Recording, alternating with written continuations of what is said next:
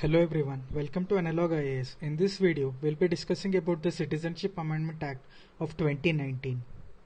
The amendment seeks to amend the Citizenship Act of 1955, and this is not the first time that the Citizenship Act is being amended.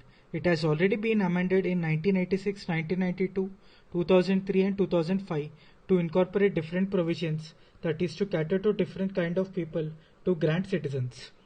The Citizenship Act basically gives citizenship of India through four methods, that is through birth, either by descent, registration or naturalization. The Act also defines about the illegal immigrants who are entering India, according to which a person is considered as an illegal migrant, that is, if he enters India without a valid passport or a valid visa or visa documents, if he stays beyond the permitted time mentioned in his visa. The Amendment Act seeks to provide an exception for obtaining citizenship through the process of naturalization.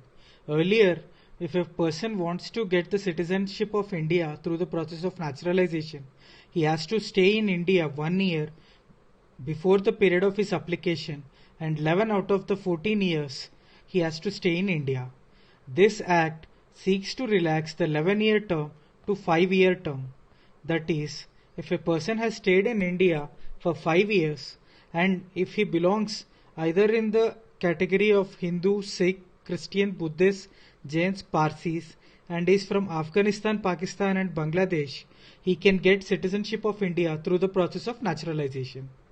This amendment is applicable to the whole of India except the 6th schedule areas, that are present in the states of Assam, Meghalaya, Tripura and Mizoram, and also the ILP states, that is Inner Line Permit states, which are currently applicable in the states of Arunachal, Nagaland, Mizoram and Manipur. ILP is an official travel document issued by the concerned state government to allow inward travel of an Indian citizen into that particular state for a particular time period only. The amendment talks about the cancellation of OCI cards, that is Overseas Citizen of India. If a person has obtained his registration of OCI through fraud means, or if within the 5 years of granting of the OCI status to a person, he has been sentenced to a jail for a term of 2 or more years, or if he has violated any of the provisions of the Citizenship Act or any other act by the central government. Now let us solve this question. With reference to the Citizenship Amendment Act of 2019, consider the following statements. Citizenship Act has been amended for the first time since its inception in 1955. Second, granting citizenship to individuals in India is explicitly provided under Constitution. The correct answer is D.